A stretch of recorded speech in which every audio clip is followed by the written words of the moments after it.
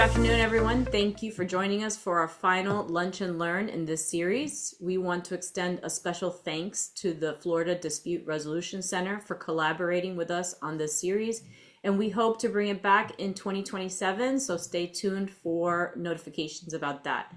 My name is Christina Blunt, and I'm moderating this program today for the Alternative Dispute Resolution section, of which I am the chair of the CLE committee and a member of the Executive Council. If you're not a member of the Alternative Dispute Resolution section, I encourage you to join this amazing and dynamic group. Our membership is comprised of mediators, arbitrators, and attorneys who participate in various forms of dispute resolution. The Alternative Dispute Resolution section offers valuable resources and networking opportunities with others who are leaders in the field of ADR.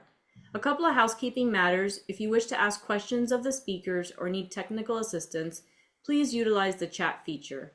The presenter will answer all questions at the end of the program, although they may answer some questions throughout depending on how time allows.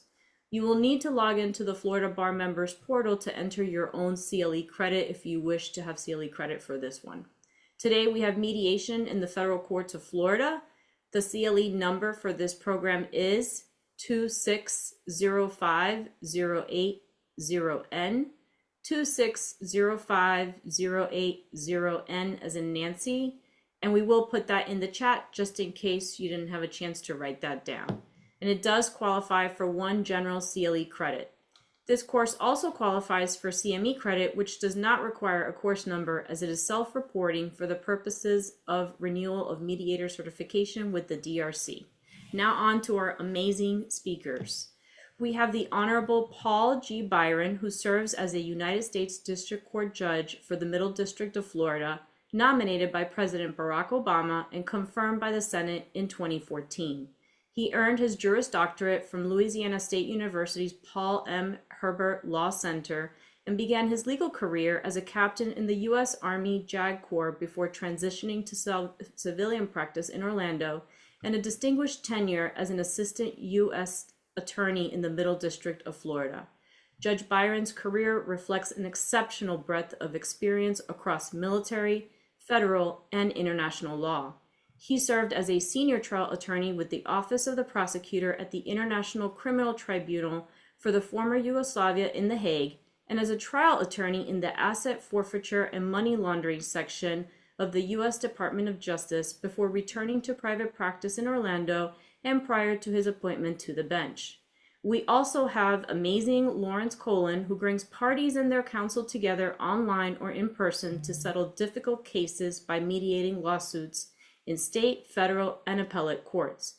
An AV peer review rated preeminent super lawyer with over 30 years of practice experience, he has successfully mediated thousands of civil matters, including multi-party and complex cases of all types since 2001.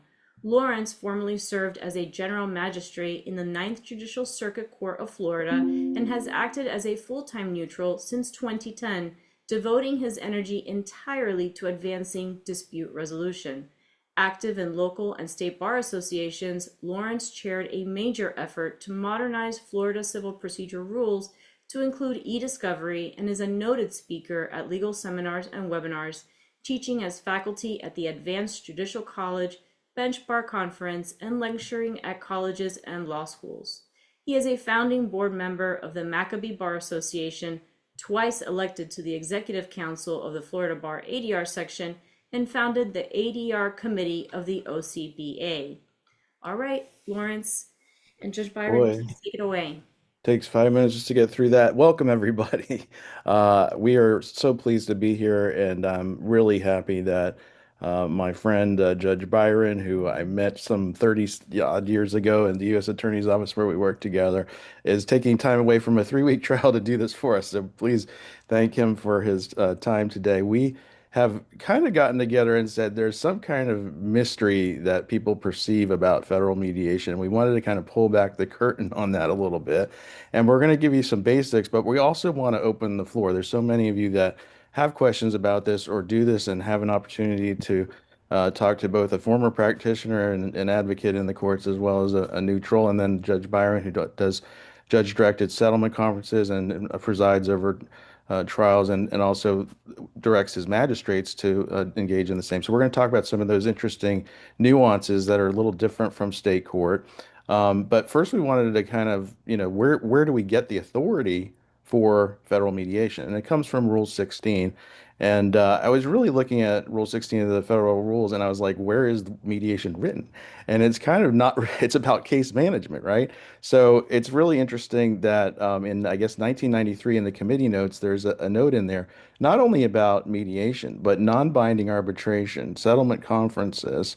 There's an idea of early neutral evaluation, which does get used in the Western courts of the United States, and particularly in the Northern District of California. And I'd love to see some of that here in Florida. But there are other ADR processes mentioned. So the Civil Rules Committee, really contemplated that. I think Congress, stamps its approval on those processes, and it's just very a local type of thing. Every district court seems to do it a little bit differently, but there's not a great mystery about how to do it. Like we all do mediation, really the same in state court and federal court, with the procedure part of getting the parties to come to a conference of some sort, whether it be virtual or in person, having the ability of the parties to self-determine the outcome, having a reporting of some type to the court. So these things are not really that different. But the plethora of cases that you see in state court, you might not see as many varieties in the federal court. I've had the pleasure of doing patent cases, antitrust cases, wage and hour cases, things involving trade secret and technology, um, even Federal Torts Claims Act claims, so that came to federal court because of the nature of those, as well as cases that were removed from state court or diversity cases. So there's quite a variety, and we always think of how busy the federal courts are, and the predominant docket seems to be really criminal. But in different districts throughout the land, there are cases that become MDLs. There are different subject matters that tend to be in the jurisdiction because of the businesses in those areas. So it's really particular to the districts. Now, the Middle District, where Judge Byron serves, is one of the largest, and it is the largest in the state of Florida, and it goes from like Jacksonville all the way to Fort Myers. So there are many people in that area and lots of controversies and disputes to come before the court. And the dockets are busy, and this ADR section has many mediators that do contribute. And today, if you're in that practice, please join in when you want to talk about something special or have a question, because we're open to that. Um, Particularly, what we're doing today is kind of giving you the overview in terms of what it is that federal court mediation looks like, and we're also going to talk specifics. So I thought I would start by just asking the judge. Years ago, Judge, there was a whole probably a dozen years ago, a controversy about what is good faith mediation, because some of the federal courts in Florida had these good faith requirements that parties are supposed to show up in good faith and act appropriately. And there was some case law that came out about a dozen years ago or so that kind of said we're not going to deal with that. And they removed sections of those languages from the different districts. What's your take on that?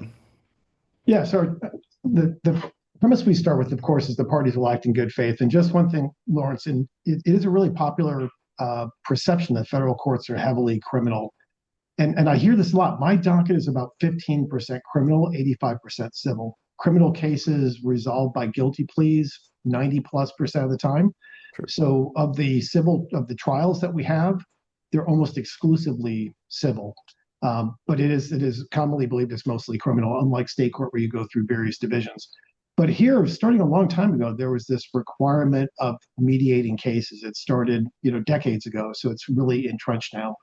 And what we expect, and we build into the case management scheduling order, so anyone who comes into federal court under Rule 16 and this very broad notion of the inherent authority of the court to manage its cases, which the 11th Circuit has firmly entrenched in law, we set these deadlines. And the case management scheduling orders are built upon the case management report. So when you file a suit in federal court, pretty quickly, early in the process, as you know, because you and I have done this, in the private sector, you're going to have an opportunity to sit down with opposing counsel once they've been served and answered to prepare case management reports setting forth deadlines. Close of discovery, expert close of expert depositions, Daubert, summary judgment, and the like. After the close of Daubert and the dispositive motions, we are now getting into the time frame when mediation is required. And what we expect, and it varies, as you mentioned, from division to division or district to district, really, we expect good faith participation. It used to be, had to be in person. And now I think it's much more acceptable for mediation to be by Zoom or a hybrid. So long as all the decision makers are present and all the people with settlement authority are in the room and the parties engage in good faith, they're going to discharge that obligation. It's fairly rare to have complaint that another party is not acting in good faith. It's even more rare to have a motion to dispense with mediation. So we expect what you'd expect to see happening in state court, that everyone shows up prepared, ready to go at the right point in the case to where they have enough information to make decisions. That's what we're shooting for. I also did some digging about the Middle District and found that it was actually the first one to formally implement a program back in 1989, according to the Federal Judicial Center. I don't know if you have any recall before that, but that was when mediation became super hot in Florida, in the state courts, the Dispute Resolution Center, the rule set, all of that stuff came out around the time.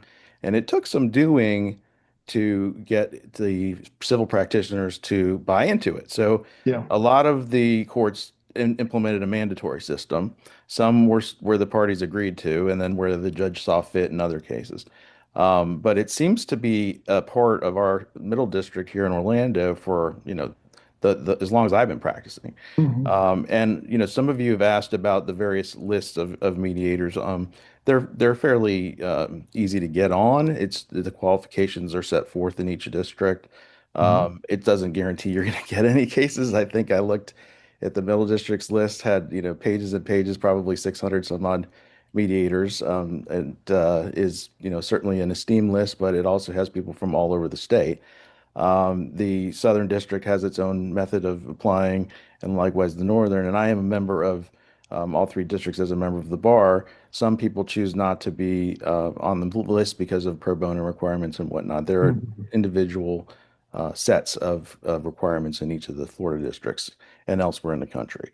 And so I looked at also what, our rule set looks like today, because it was longer once upon a time. It did have more requirements like providing summaries and things like that, which honestly, I don't know about the folks on this lunch and learn, but I'm seeing less and less summaries beforehand in terms of anything that would help me try to sort out the dispute beforehand. There's a lot of recycled stuff. There's AI summaries, there's a summary judgment motion or something of that nature that's not really speaking to the nub of the issue. So I have to go digging often in the dockets for those things. But our rule is very truncated now, and it's really just focusing on making sure that someone's neutral, that they're getting together, that they're qualified to do that, and then they're letting the court know what happened. And I know that in our district here, that was a 7 day sort of, tell us what happened requirement. Some of the districts have if the lawyers settle, it's like a 2 day hell, let's know what's happening. Because in state court, I think things hit the docket, and some of the state court former judges on here might want to, disabuse the illusion that you're sitting there like looking at everything getting filed as it's getting filed. Like things get filed and they have no idea because there's not a hearing pending. And so, unlike the federal courts where you have a court, you have not only the clerk of the court, but you have clerks that are serving the judges, keeping an eye on things that they know are happening that week. And so I've only once in 30 some odd years had a show cause order of what happened when the parties continued to negotiate after, and we kind of, let it go a little bit long. And I think it's obviously, in the interest of judicial economy to let a court know that a case is going away or went away. Very Byron, true. have you experienced that? No, I haven't. In federal court, because the case management schedule order, which is now becoming more commonplace in state court, but before, as we all know, I was a personal injury and product liability plaintiff's lawyer before I did this, both in Florida and around the country. And until you noticed the case for trial, there was no real deadline set for a lot of things. The case kind of moved along so long as you were actively pursuing it. Federal court has this really rigid schedule that Florida is trying to adopt as well now. And when we have a case that is moving along, we're not going to stop it. We're not going to stay it so that the parties can start talking about discovery. But what we will do, and it is fairly judge dependent, if a party files a notice that they're involved in settlement talks and they want to stay for 30 days or 60 days or something in that period, most of us are fine doing that, just stopping all deadlines for a reasonable period of time to allow you to work it out. But you do have to get permission up front.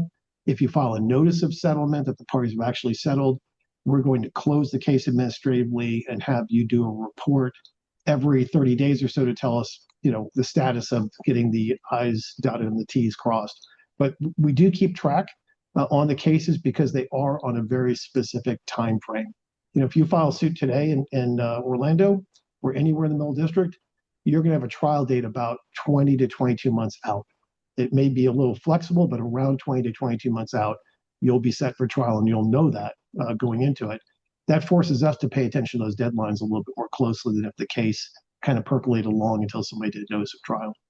But yes, we're seeing requests. They're typically granted if they're reasonable and well documented, not just aspirational. And that is interesting because a lot of the local rule sets talk about that deadlines are not frozen and that things in process will continue. So to have that discretion to be able to do stuff is pretty interesting. I was looking also at sort of the differences okay, so we have this very brief set. It's like 4.01, 2, and 3, and they're like, is the neutral qualified and certified? Is there, the parties are going to share the cost of it? And Exactly. when you select this date and the mediator, then, you want the proper people coming. We've talked about decision makers being necessary to get that settlement. And what enables that sometimes is the advent of Zoom like we're doing today, because you actually get somebody from the C-suite or from an adjuster that is actually on the file, or somebody in a government department that's actually, their file versus a warm body that flew down and sat in a conference room. So and we also surveyed not only this group, but the National Academy of Distinguished Neutrals, thousands of lawyers that are mediators that said, we didn't see too much difference in terms of outcomes after this sort of COVID swing that really was a major sea change in how we did business, because the cases are still settling. And of course, there are those cases that you're going to have to get together. Sometimes it's, I don't know, an inventor on a patent thing, or an author and a publisher, or some, there's some kind of cases where you're going to have to sit down and hammer out agreements, licensing agreements, things of that nature, and it's often easier to do than when you're on Zoom. But the predominant way of doing business is like we're doing today. So in the Southern District, there was a little bit of a fight during the review of those rules about whether they would default to in-person or video. And when those parties can agree, they default to video. So that was, I think, Karen Evans and some other that did some advocating there to show that actually it works quite well, and we'd rather it be that way than have to come sit in a cold conference room and go through security and all that stuff. So, and then the Northern seems to be the one that is very sparse. It doesn't have much of anything. It hasn't changed in a long time, and so it seems to go with the CMOs that I get about how it's going to be conducted. And I just do it the way that I do things in the other districts until somebody says, we want to add this bell or this whistle to the process. And I think it was the Northern that did the show cause order, if I remember correctly. And that's different than state court, because I think a lot of times cases can go unreported about what happened when they're in the process of being negotiated. And I think lawyers have been lately trying to use the report as some kind of a legal tool about what what leverage someone has. It's really just a perfunctory thing that we do to let the court know something happened. We can't get into how the people acted. We can tell you everybody appeared, but we cannot get into mediation communications. We can't compromise our neutrality in terms of what we put in that report. And the Supreme Court of Florida was pretty clear on that during the foreclosure crisis, with some of the agreements to agree that were happening with banks and mortgages and things of that nature. So we're very perfunctory. We're just letting the court know so they can get on with business or do what they need to do. And they're not to be used as some kind of tool in the litigation. And I want to, get that point across, because we are seeing more of this happening, using the report as some method of proving that there was a settlement and having an enforcement action and things of those nature. Anything that you've encountered with your brethren, these judicial conferences, or anything regarding differences in how we do things here in the Middle District versus elsewhere? Well, I think the point you made is very accurate, which is if you look at our local rules, the form report for a neutral reporting the case is resolved or not is just check a box. There's no real information in it. Some mediators and magistrate judges in doing settlement conferences, if they want to put down the essential terms of the agreements, it would then be subject to a motion to enforce. And so if I'm doing a settlement conference, either I'm going to have a little term sheet, so to speak, where I write out the key points. The parties can then put together any finishing touches, but we want to have some agreement so it is enforceable, assuming the parties want to go that route. If not, I'll just do a settled, didn't settle. Other judges will bring a court reporter in, so that it varies around the district. Some judges will bring a court reporter in at the end of a settlement conference and have the agreement memorialized on the record, so to speak. And that becomes subject to enforcement. Others just check the box. I had a case involving a trademark dispute where the parties came to an agreement as to injunctive relief that they wanted as part of their settlement. And I came back in my office and wrote up the terms of the injunction. I couldn't enter it because it's not my case. In settlement conferences, you sit as a neutral since you're not, it's not your case. It's some other judge had the case and they've asked you to try to settle it. And they could take that language and submit it as proposed language to the judge on the matter. So it's really, it's very fluid as to what the outcome of the session looks like. It depends on what the parties want. But in my cases that are privately mediated, I get a single page report that says settle or impasse. And that's it. The terms are not discussed. If there's a motion to enforce, the parties will have to be able to demonstrate, that they had a meeting of the minds on all the essential points. And I've not had that happen yet. So I don't think it's very common. Now, one of the reasons I wanted to have you along is to kind of explain more about what is the judge-directed mediation that happens in the federal courts. When does it arise? Is it at the beginning of the case, the end of the case? What are the opportunities that you've had to do it as a district judge versus the magistrate judges? Anything like that, I think would be enlightening to this group. Yeah, so when we draft, I think it's the same as the parties who are privately mediating a case. It's going to be more effective when you're in the case long enough to have taken enough discovery to assess strengths and weaknesses, the liability of third parties and the like. Our case management scheduling orders are uniform across the Middle District. And if you look at the case management order and it has the various stages of litigation, you will consistently see that the mediation deadline is after dispositive motions have been filed. The problem is they may not have been ruled upon yet. It depends on the judge's docket, and how complex the motions are. And so you can mediate earlier in the case if you want. There's no prohibition against having multiple sessions. What we put in the case management order is a must be done by date. So if you want to do it sooner, you can. I don't think there's any concern by judges that you've mediated a few times. And so that leaves more discretion in the parties' hands. But we try to schedule mediation at a time when the case should be pretty mature and pretty ripe, just like you'd want to do it in state court. The dilemma, of course, is that when motions are filed for summary judgment, you could have, the motion's filed, you have a response 3 weeks later, you have a reply after that. That summary judgment motion may not be ruled upon for a month or so, because unlike courts where a lot of the rulings are oral and there are hearings, almost everything, virtually everything in federal court is based on written pleadings with a written order to follow, and the volume is just really high. The Middle District of Florida, I think, is the 7th busiest docket per judge in the country. We have a heavier caseload than Miami because they have so many more judges than we do. And we have a huge variety of cases, except for the kind of routine things you'd see, family law and those sorts of things that we don't get. And so there's a lag time between filing and ruling.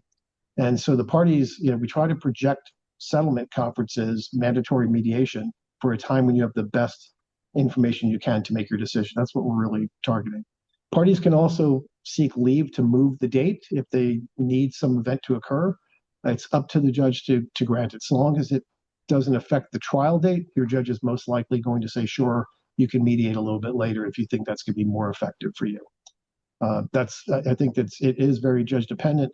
My advice would be always file a motion to extend deadlines well in advance of the deadline expiring, and support it with, a reasonable factual basis. Most judges are fine with you managing the life of your case, so long as the core deadlines of summary judgment being filed, which puts the ball in the judge's court, or trial We're stacking trials 2 years in the past. And so when a case management order is written, my courtroom deputy is looking at how many trials do we have for September 2027?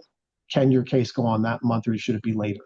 And so anything that moves has a domino effect on everyone else. That's why the rules are fairly rigid. We're trying to protect everyone else's trial date as well. And so that's how it generally works. When are you referring the magistrate to do something in terms of a settlement conference? Is it like mediation already failed and Yes, now you're heading toward your docket? always cases already mediated and failed. The preferences and the default is private mediation. The parties choose their mediator. They get to control their case. That's important for them to be able to do that. When the case is getting close to a pretrial conference, there are only certain times when lawyers are really going to interact face to face with the court in federal court.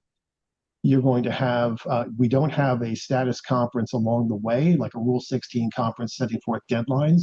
The automatic case management report and the order that follows sets those deadlines. So we don't typically meet in person on that. And so and motions to compel discovery and so forth are with the magistrate judge, and they're handling those pieces of litigation along the way. So as we're nearing the final pretrial conference, where we're trying to go through any pending motions in limine, or sometimes handled there, we're saying the trial date, we're talking about how we pick the jury over here, logistics, all that stuff's being covered. I do a lot of those on Zoom, but I also do some in person if the parties are local and it's complicated. But at that stage, it's fairly common for most of us to say to the parties, hey, I see you had an impasse at mediation. That's why we're here. Would it be helpful to you to take another go at it? If so, would you like to use a magistrate judge? Or in my case, I'll volunteer for one of my colleagues. Obviously, I don't handle my own, but somebody else's. So Judge Mendoza may ask, would you handle the settlement conference for me? And then we ask them, do you want to do it? My way of doing it is to say the parties only say you want to use a magistrate judge if it's going to be effective, if you really want to do this, it's something that you desire and you think it'll be useful. And I can't really say with particularity how many times I've steered people towards mediation, but it's not a lot. It's not a huge number. It's probably less than 20 times where I've said in a final pretrial conference, you should go to the magistrate judge. We'll offer it. And then I'm out of it because the parties will coordinate with my court deputy, who then asks the magistrate judges they go on a rotation. And it has to be one that didn't work on your case. So they have no knowledge of your case other than reading into it. And that magistrate judge will then take on the assignment, and it's in their chambers then, and they each handle differently what they want before their session, whether it's Zoom or in person or a hybrid. And once it's done, all we get from the magistrate judge is a report that the case settled or different. I can tell you with absolute confidence, as you were saying, Lawrence, there's no discussion of if the case impasses, there's no discussion as to who was reasonable or unreasonable, what the sticking points were, or anything. It's simply a go, no go. And if the case settles, great, you get an email saying it's settled, you can close the case, enter the standard order for giving the parties the time to wrap it up. If it doesn't, we're back onto trial. That's it. That's the end of the conversation. And so that's sort of the way it moves through. I don't strong arm people into taking it. I don't order them to take it. I offer it to them. And I think that's the way it should be done. Do you understand it to be a more evaluative process? And are they the magistrates that engage in the rotation, are they trained in the Florida rules? Or are they trained in sort of dispute resolution in general, or at all? I don't think I think it's going to be like a lot of folks where I was a private litigator before this, so I was engaged in countless numbers of mediations as a party. So I think we all know the rules. You kind of know how it works. We've all done it. I mediated parties where I had 60 clients I represented at one time, or multi-party litigation that had 5 parties on the other side, and you're negotiating with them and the various breakouts the way you do. I think we've all kind of lived it. But to answer your question directly, there's no, you're not going to the Florida Supreme Court program that somebody puts on for X number of hours and watching 10 mediations. I mean, to get certified by the Florida Supreme Court, it's not a heavy lift. It's pretty straightforward. But they don't have that. I don't think it's evaluative. The mindset is to treat it like mediation you would have in the private sector. If a party wants some evaluative input, they can certainly ask for it in a breakout session. My experience personally is sometimes during the life of a settlement conference, which can go the course of a day or half a day or longer. If a party says to me in a breakout session, they want to float a concern or a theory by me, I'm happy to give them some very light input on the possible ways this thing can go, not how would I rule on it if I was judging the case. So I think if a party is seeking some level of evaluation, they're going to get it. But if they're not, then they're not. But I don't think it's designed to say you're going to lose, you're going to win. Here's your bad issue. Here's your good issue. I can't speak for all judges everywhere. I know some ADR platforms promote the fact they're evaluative in nature. That's what people are hiring. Not all of them want purely, how do I get you to come to terms with, this whole process the way we typically do. So it's very unique, and I think it's driven by the party's interest more than the judges dictating the outcome. That's, at least in Orlando, I can speak to that. I can't say everywhere else. That's sort So of you're the culture not in here. the row banging heads. No, in fact, when I do settlement conferences, I'm in a suit. Yeah. Right. And the way I do it, if they're here in person, one group stays in the courtroom and the other party goes into the jury deliberation room. They can't hear each other. We always meet for coffee beforehand in my chambers. My wife typically bakes something that we all eat, and then we get started. And if it's on Zoom, sometimes it's a hybrid scenario, but it's all done. I think we're acutely aware that because we're so conditioned, I was a trial lawyer for 30 years before I went on the bench. And so I've seen, I'm so conditioned to see the court in a certain way. When you become a judge, you realize there's no difference. You just move from one side of the room to the other. You're the same person you were the day before. But we are conditioned to see it this way with the authority of the court. It's kind of ingrained in us. And I think there's a real desire on the part of the judges who want to do this to dial that down, because there's a real concern that anything you say is heard louder than you mean it, or is taken as a directive as opposed to something else. So I think we're all really sensitive to the setting that you're in. Even though you don't feel it yourself when you're in the job, it's just a job. But, I lived on the other side of the bench my whole life before I came and did this. So it's really something I'm keenly aware of. And can we spend a minute talking about, we have folks in the section that serve as court-appointed neutrals, special magistrates, who are, coming in to save you labor and sorting stuff out, whether it be electronic discovery, big productions, stuff that needs in-camera review. Are you availing yourselves of that, or are parties not willing to pay for the freight on that? Is that why it's not happening? I think it's mostly a financial burden thing. There are a few realities to this. Personally, I think we're underutilizing outside neutrals, outside special masters. I think we should be using them more.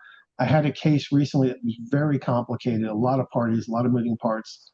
And I suggested actually the magistrate judge suggested special master to the parties, and they were on board. We talked to a few people to have them throw their names in the hat for the parties to consider, because they're going to choose them. And then the case settled. But it was an opportunity to do it. I think what you're going to see, Lawrence, is that the Middle District of Florida, it has grown exponentially while the bench is small. And I'm certainly not saying that we work harder or have a more difficult job than state court judges. I think they have an exponentially harder job because we have a lot of resources in terms of law clerks, magistrate judges who do discovery. They have a couple of law clerks. But we have 4 active district judges in Orlando. There's 2.2 million citizens in our division alone, 10 in the Middle District. So 4 active judges in Orlando, 3 senior, who can pick and choose the cases they want, and God bless them, they're working for free, literally. And a lot of them handle appellate work and other things as well, because they're called to sit by designation, which I've done as well, but they do it a lot. And because you have this population boom and industry has gotten bigger here even since I started, and we only have 4 magistrate judges, which is a lot compared to what we once had. I think there's going to just inevitably be a shift towards outsourcing some of this if the parties want to get through their cases quickly enough. I mean, it's just the crush of cases is a lot. If I'm in trial for 3 weeks, I'm not ruling on other motions. I mean, it's just not possible. All your bandwidth is here. And I looked at my schedule. I normally do 12 to 15 jury trials a week, which by comparison to state courts, not a lot. But most of our trials are, 2 weeks or more. And there's a lot of pretrial motions leading up to them. So they chew a lot of your time up. And so, 12 jury trials is roughly 4 or 5 months out of my office in the courtroom. That's a lot of time taken away from writing orders. And so it's going to naturally start evolving where I think um, professionals who are skilled in ADR, who understand electronic discovery, who can rule on discovery matters, who can submit those reports and recommendations, they're going to have to start getting brought into the fold. One little last point on that, a lot of the bench is a bit older and they're a little resistant to change. And I think that we're starting to pick up a little bit more of a younger bench, and that's going to probably help in that regard as well. And just while we're talking about sort of the generational divide, have you seen use in your court or in the district of AI filings that are, repeated and sort of automated in terms of the volume? And then, or what are you all doing about that? Is that on Yeah. a judge basis that you're deciding whether to allow filings? And if you have pro se or other Right. litigants that are using AI, and you can certainly Yeah. tell, and your clerks can tell, how Yeah, are you you? can. Yeah. Yeah. I'm on the AI committee, Okay. which just timely question on your part, but Judge Purcelli, Magistrate Judge Purcelli in Tampa is leading the committee, and then there's a bunch of us on it with various levels of sophistication with technology. He's really sophisticated and way ahead of it. And we're formulating rules for the use of AI that will apply to us as well as to you all. We're circulating drafts right now on what it's going to look like. I don't think we're going to go. I think we're going to have something similar to this Florida Supreme Court that says you certify the cases have been vetted, but not that you haven't used AI at all, because that's kind of broad. You can use AI in very effective ways in preparing your motion with, as long as it's not case citation, right? I mean, we're all using it all the time. If you use Grammarly, you use the version of AI to tighten up your spelling and punctuation. Should you disclose that? No, that's kind of silly. But we do, we are making sure our law clerks know, and myself included, you trust but verify. So if you submit a motion to me, and this is true, without exception, you submit a motion, the other side submits a response, we're pulling up every case you cite, unless it's like the fourth in the string, to make sure that it says what it says and that the page you reference is the correct page. And we do the same thing with record citations. If you cite the record, somebody lays eyes on that specific language to make sure it's really saying what it says. We've always done that. And so I think AI, is here to stay, so long as it's not affecting case law. I think it's going to have some useful tools, and we're seeing it now embedded into Westlaw and other programs. So we're formulating some guidelines that we hope will make some sense and won't be too overly broad. And to your point on pro se litigants, we're seeing a significant uptick in pro se filings that look pretty good until you read them and find the cases are just hallucinated. And so it's a problem for us on the pro se side, because formally you'd have a motion filed or a complaint filed that could be dismissed early on for failure to have legal authority, with leave to reamend, with some instructions that you have to follow these basic requirements. But now they look pretty good, but they're only partially correct. And then the question arises, to what extent do you sanction, if at all, a pro se litigant who doesn't know better? Do you educate or do you sanction, or do you educate first and then sanction? I think we're kind of struggling with all of what's the proportionate response to this. But we're working on it as we speak. Yeah, there's some, I mean, it's over 1,600 reported cases that have some form of hallucination. There's a French professor that tracks that, and it's Yep. really been, a deluge, almost a daily basis. I've been seeing it some in my arbitration work. Yep. Haven't really encountered it in mediation, other than maybe there's something being provided to me that was, ghost written in that way. But I do think it's, something that neutrals got to be aware of too. And we're all kind of in this together, and, making rules. Even when I was doing the ESI rules back in the, late 2000s, it was, whether we put technology into the rule, because technology changes so fast, it's kind of a bad idea. You put a That's right. name brand or something in there, and it's here today, gone tomorrow. So, keeping it Absolutely. in terms of just the basics and the nuts and bolts of what not to do. and why the Supreme Court chose that, I think, was for simplicity, because every circuit was creating some AO that didn't kind of jive with the next one. So You're that's going pretty to, interesting. no, for sure. And to touch on something you were talking about, just the nuts and bolts of how settlement conferences work in federal court, each judge is going to have their own pre-settlement conference ritual, so to speak. Judge Hoffman Price, one of our magistrate judges who's really involved in handling pre-suit settlements or I'm sorry, pretrial settlement conferences, she has a standing order she sets out. It's fairly straightforward. It just sets up a timeline for the parties to schedule short telephone conversations with her. I don't think she invites a brief unless it's a really deep case, because we do have access to CMECF. We'll just pull it up, look at, if I'm going to do a settlement conference, I'm going to see what motions are pending, if there's been summary judgment or Daubert, what have the rulings been? If there's a summary judgment motion filed and a response, you can read them to get a sense for, more detailed deep dive on what the real core disconnect is between the parties. And so, like her, I like to set up about a half-hour conversation 2 weeks or so before we sit down together to just introduce myself, explain how we do it, remind them it's confidential, it's treated like a private settlement conference, and to just see what the parties want to share about any pressure points and how to deal with them. And then those are confidential and those wires never cross. And so I agree with you. I think the written submissions is kind of falling off a bit, depending on how complicated the case is. Makes sense.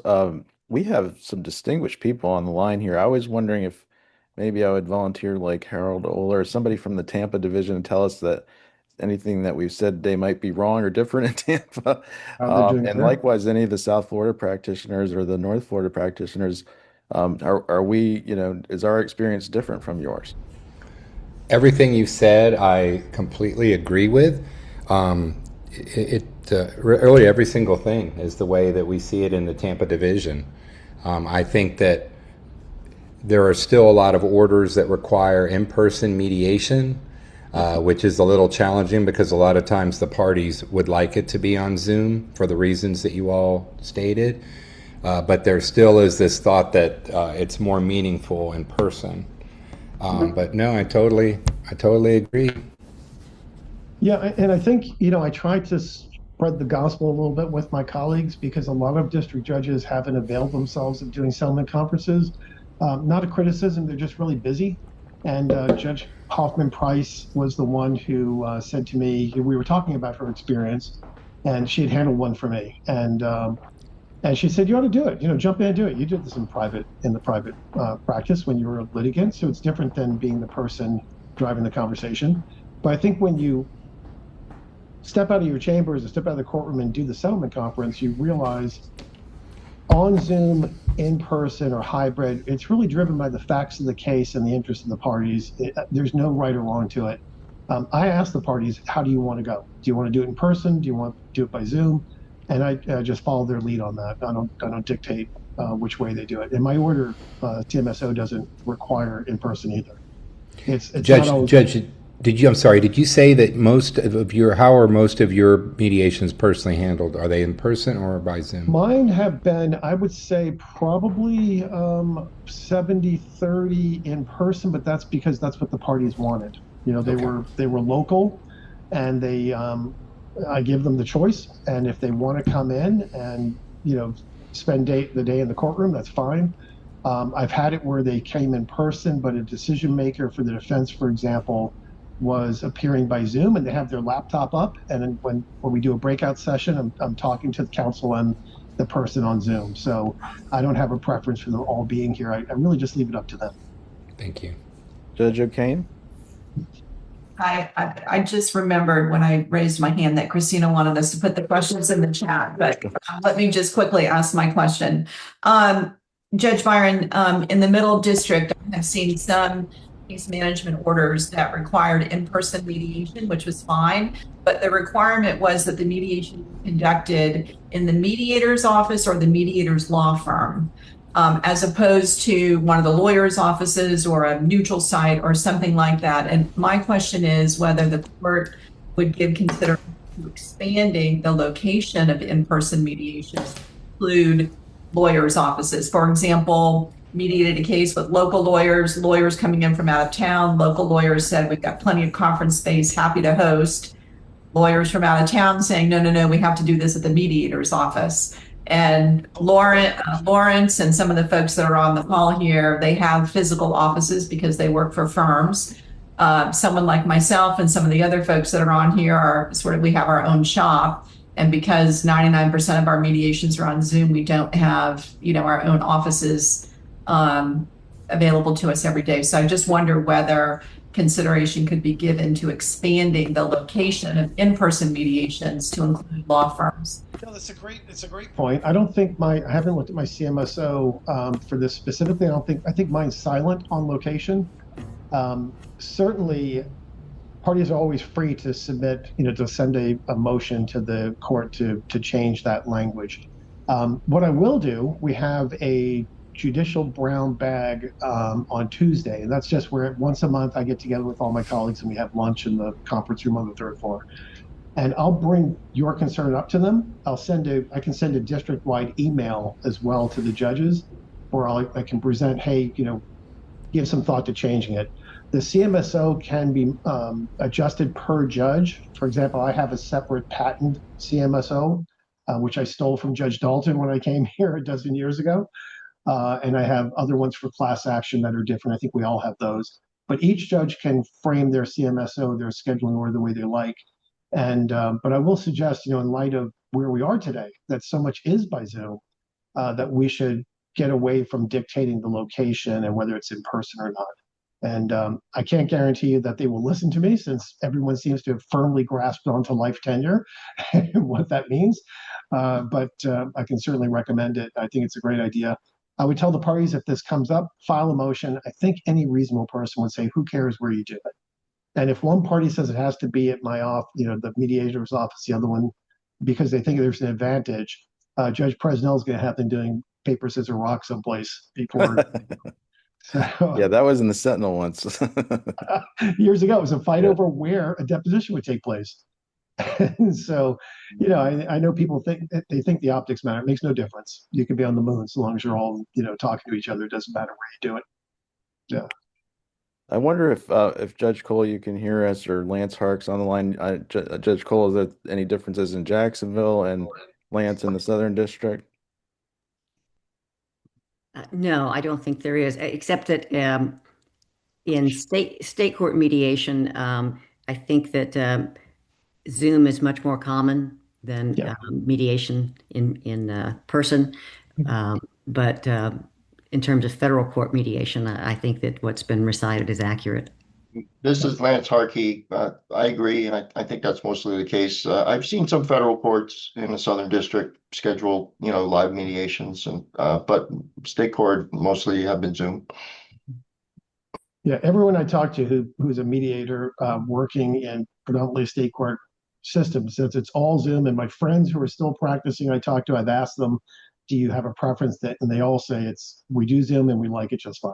I don't think there's any interest to go back in person if they don't have to. Mm-hmm.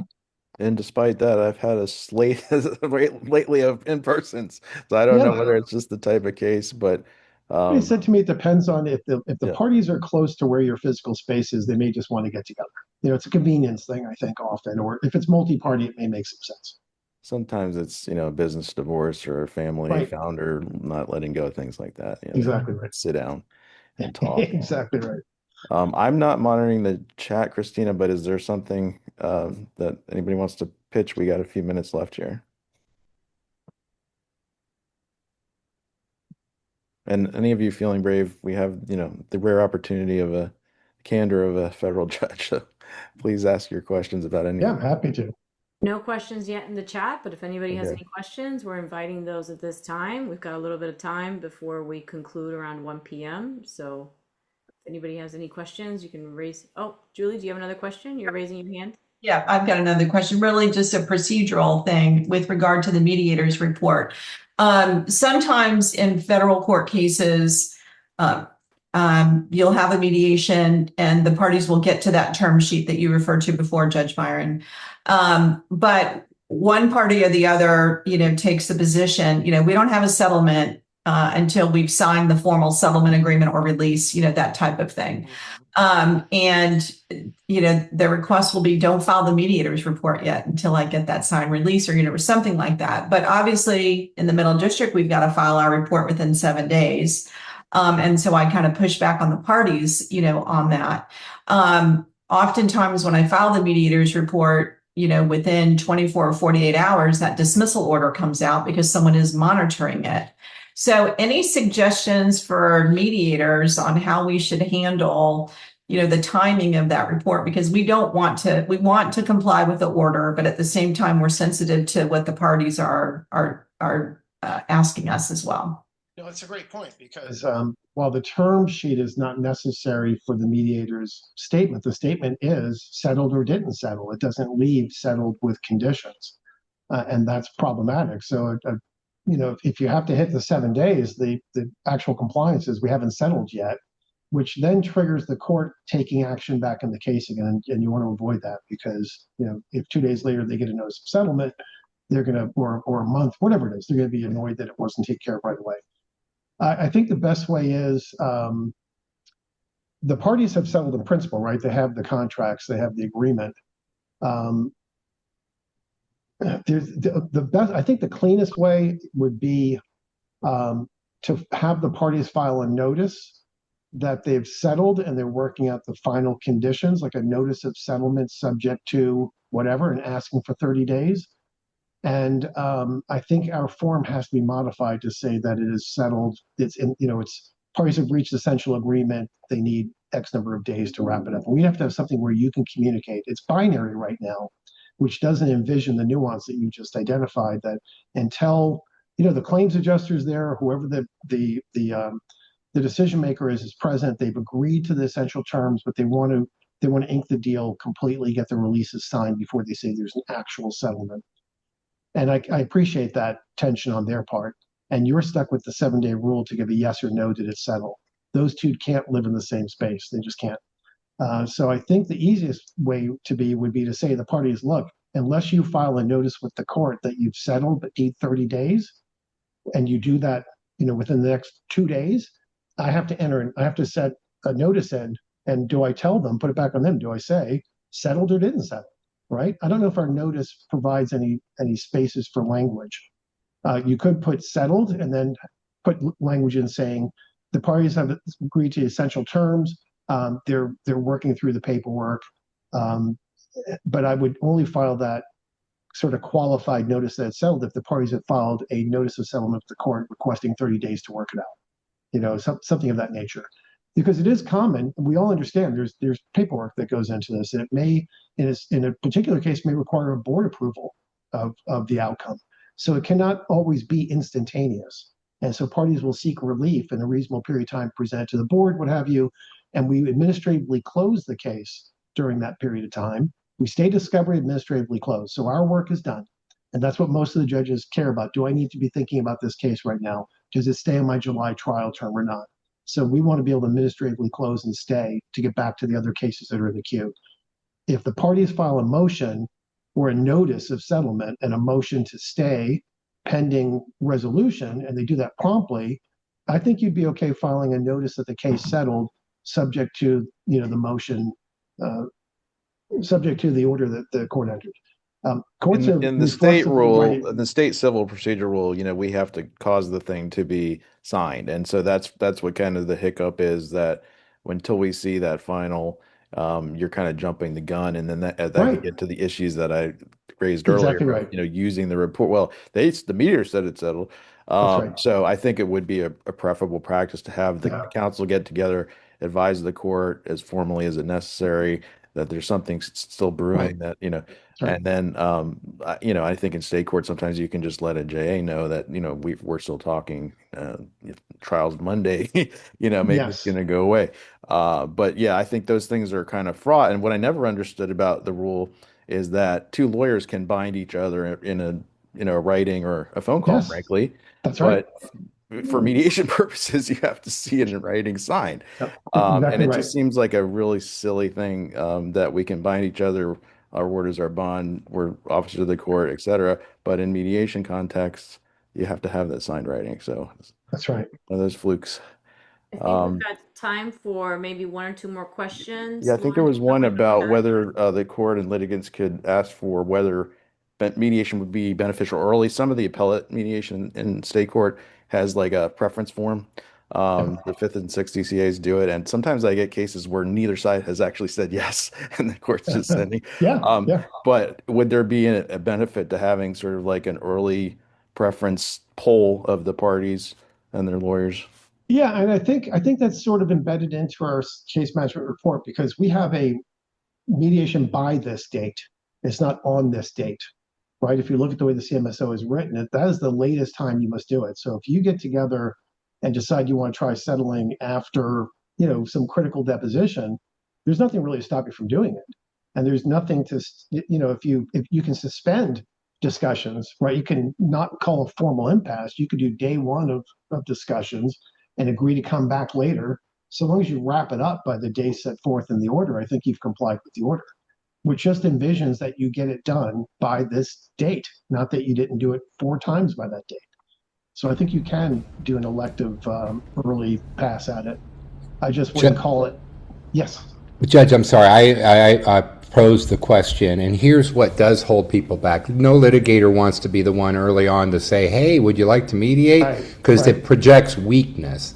So what I was thinking is if you add to either the case management order or maybe even a question in the disclosures, could this case benefit by early mediation and have a checkbox? That's easy for both sides to just acknowledge it could benefit. And then nobody has to look weak because you have to answer the question. And that way, a lot of cases that could be low-hanging fruit, that could be eliminated from the busy dockets, could be eliminated very early on. Maybe a third, 20%. Imagine what that would do to the caseload. No, I like that. I mean, judges don't really even need to modify the case management order. We have notices, related parties, notices of related cases, interested parties, and the like. We have a notice of the number of days. Each judge could issue a requirement, probably embedded in the language of the CMSO, but just on their website saying the parties will also file a notice of whether the case would benefit from early mediation, just to kind of move it along. I think that can be done without having a district-wide change. That's a really good point, because I do appreciate nobody wants to be the one who says, I'm worried here about the case. I like it.